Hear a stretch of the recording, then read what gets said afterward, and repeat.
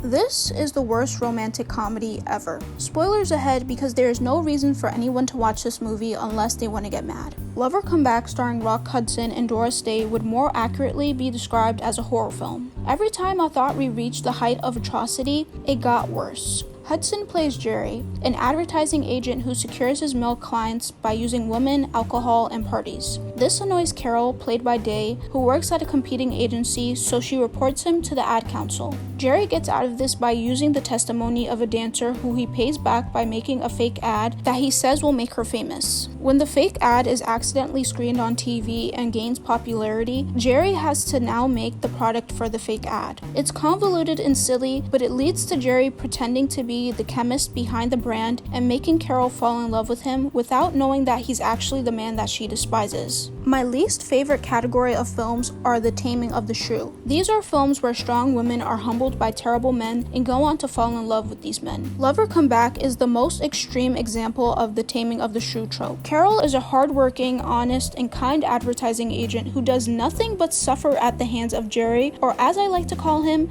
the devil. Carol is painted as a working woman who puts a lot of effort into her job, but is also a prude. This film does what so many romance films of this time did, which is imply that women can't have successful careers and also have love. They have to choose one. The film rewards Jerry for his misogynistic and immoral antics while punishing Carol for calling him out for his distasteful behavior. One of the most upsetting parts of this film is the scene where they kiss. Carol kisses Jerry believing that he is someone else, so it's under false pretenses, and he is taking advantage of her not knowing. You can argue whether or not this can be considered a form of assault, but all I know is that she doesn't know who he is and she doesn't choose to kiss Jerry. What's absurd about this rom-com is that it doesn't even try to convince us that Jerry is falling in love with Carol. It shows us Carol falling in love with who she believes to be a chemist and Jerry manipulating her. Usually with these films that start with a lie, like 10 Things I Hate About You or She's All That, we see the male characters genuinely fall in love with the girl they're lying to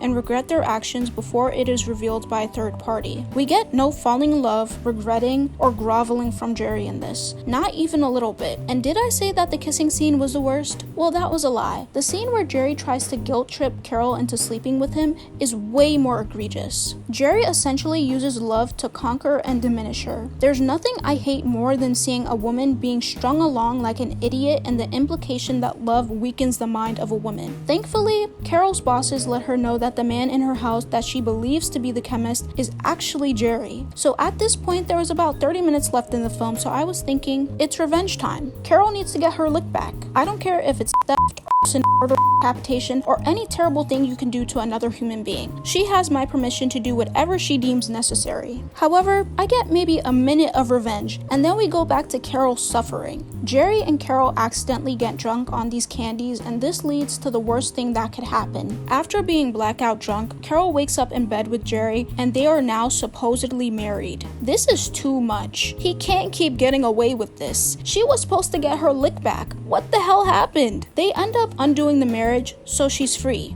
For now. At this point, I thought, it can't get worse. She's been through the ringer, and he's only gained where she has lost. But at least it's over, right? Right?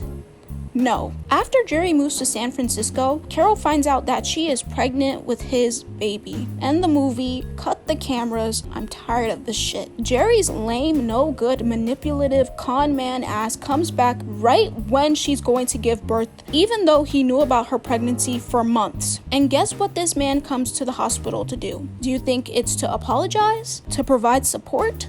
No, it's to propose. And she says yes. Carol, my girl, you did not have to say yes. He imposed himself in her life and now she's stuck with him. He really ruined Carol's life.